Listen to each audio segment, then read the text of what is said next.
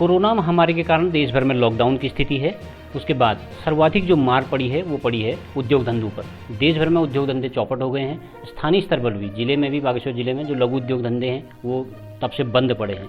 इन उद्योगों को दोबारा, अब जब अनलॉक की स्थिति आ गई है तो इन उद्योगों को दोबारा स्थापित करना, इनको चलाना और नई यूनिटें स्थापित करना उद्योग विभाग के लिए बड़ी चुनौती का काम है। तो कैसे इस सबको ये कर रहे हैं, तो इस संबंध में बातचीत करने के लिए आज हमारे साथ है उद्योग विभाग के महाप्रबंधक विमल चौधरी जी। सर, हमारे चैनल में आपका स्वागत है। धन्यवाद। सर, मैं ये जानना चाहता पहले तो आपसे कि जो लॉकडाउन के कारण बागेश्वर में, पूरे देश में ऐसी स्थिति बनी है, तो बागेश्वर में कितने ऐसे उद्योग धंधे हैं जो प्रभावित हुए हैं या जो बंद हो गए हैं? लॉकडाउन के कारण जनपद बागेश्वर में कोई भी इकाई वर्तमान समय में बंद नहीं है। जितनी भी हमारी पंजीकृत इकाइयां थी 1890, ये इकाइयां वर्तमान समय में कार्यरत हैं, चाहे ये आंशिक रूप से ही कार्य कर रही हों। ये सभी इकाइयां लघु श्रेणी की इकाइयां हैं और अभी प्रेजेंट पीरियड में कार्य कर रही हैं। अच्छा सर, नए उद्योग धंधे स्थापित करना और पुराने, तो आपने बताया कि जैसे कोई यहाँ पर बंद नहीं है, तो नए उद्योगों को स्थापित करने के लिए आप किस तरह की योजना आपके पास है या सरकार ने आपको दी है? सर्वप्रथम तो जो हमारी 1890 इकाइयां हैं एमएसएमई की, इन इकाइयों को भारत सरकार द्वारा राहत पैकेज दिया गया है। इन इकाइयों का जो वर्किंग कैपिटल है, उस वर्किंग कैपिटल का 20% उन्हें आसान किस्तों पर और आसान ब्याज पर ऋण मुहैया कराया जा रहा है। वर्तमान समय में यह ऋण 3 वर्ष के रीपेमेंट स्कीम के तहत है, परंतु जो रीपेमेंट होना है वो 2 साल के अंदर होना है। कहने का भाव यह है कि आपको जो पैसा दिया जा रहा है वो पैसा 36 महीने के लिए दिया जा रहा है। 12 महीने तक आपसे उसमें इंटरेस्ट नहीं लिया जा रहा है। 12 महीने के बाद जो अगले महीने होंगे उन महीनों में ही आपसे वो सारा इंटरेस्ट प्लस प्रिंसिपल की रिकवरी होनी है।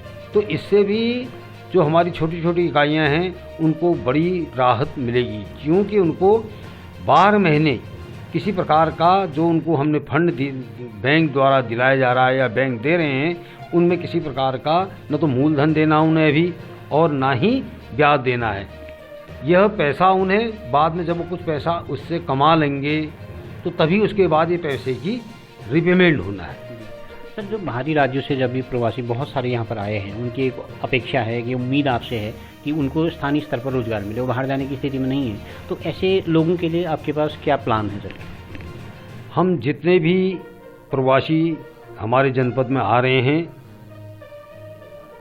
हम उनसे मिल रहे हैं, उनको अवेयर कर रहे हैं, उनको जानकारियां दे रहे हैं। पहले ही फेज में जब से हमारे जनपद में प्रवासी आ रहे हैं, हमने जनपद में बिलौना बस अड्डे पे जहां पर प्रवासियों की जांचें हो रही हैं, उसी जगह पे हमने अपना रीडिंग मटेरियल, जो भी विभागीय योजनाओं से जानकारी से संबंधित मटेरियल है, वो मटेरियल हमने वहाँ पे उपलब्ध करा रखा है। अधिक से अधिक लोगों को हमने, हमारी कोशिशें रही हैं कि वो विभागीय योजनाओं की जानकारी को लेते हुए आने वाले समय में कुछ कार्य करें। आज स्थिति ऐसी है कि प्रतिदिन लगभग 50, 60, 70 आदमी विभाग से संपर्क कर रहा है। कुछ दूरभाष से संपर्क कर रहे हैं, कुछ व्यक्तिगत रूप से आके संपर्क कर रहे हैं। हम बराबर उनको अवेयर कर रहे हैं, योजनाओं की जानकारियां दे रहे हैं और हाथों हाथ जिस योजना के लिए हम उसे सही समझ रहे हैं, उसको उसी योजना में लाभान्वित करने की कोशिश विभाग द्वारा की जा रही है। सर, एक बागेश्वर में जो एक सॉफ्ट स्टोन और ये स्थानीय लीसा पर आधारित या स्थानीय कच्चे माल पर आधारित जो लंबे समय से इसकी डिमांड रहती है, तो क्या इस दिशा में कुछ कार्य हो सकता है सर? इस संदर्भ में विभाग द्वारा, हमारे द्वारा कई प्रकार के अवेयरनेस कार्यक्रम चलाए जा रहे हैं। हमारे द्वारा खनन धारकों से, खनन पट्टा धारकों से भी व्यक्तिगत रूप से मिला जा रहा है, उनसे भी अपेक्षाएं की जा रही हैं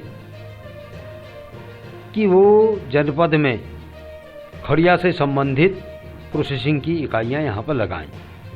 इसके अतिरिक्त जो अन्य हमारे पास शिक्षित बेरोजगार जो थोड़ा सा सक्षम हैं, जो इस प्रकार का कार्य कर सकते हैं, उन्हें भी हम अवेयर कर रहे हैं। तो मुझे लगता है कि निकट भविष्य में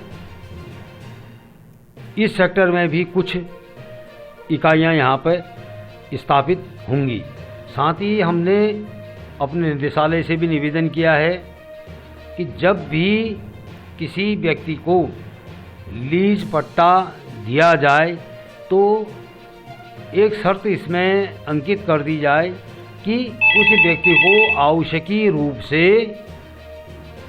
उसी क्षेत्र में एक प्रोसेसिंग इकाई लगानी होगी। अगर इस प्रकार का आदेश अगर शासन लेवल से हो जाता है तो जनपद में इस सॉफ्ट स्टोन पर आधारित इकाइयां लगने की पूरी संभावनाएं हैं, जिससे यहाँ पर रोजगार भी बढ़ने की संभावनाएं हैं।